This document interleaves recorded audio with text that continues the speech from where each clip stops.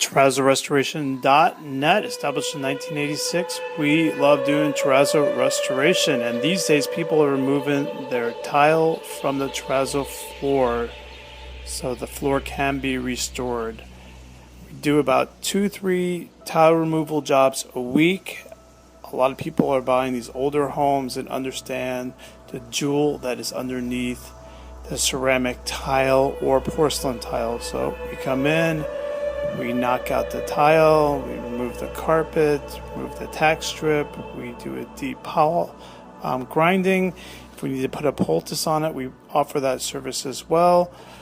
Give us a call. We offer free estimates. TerrazzoRestoration.net.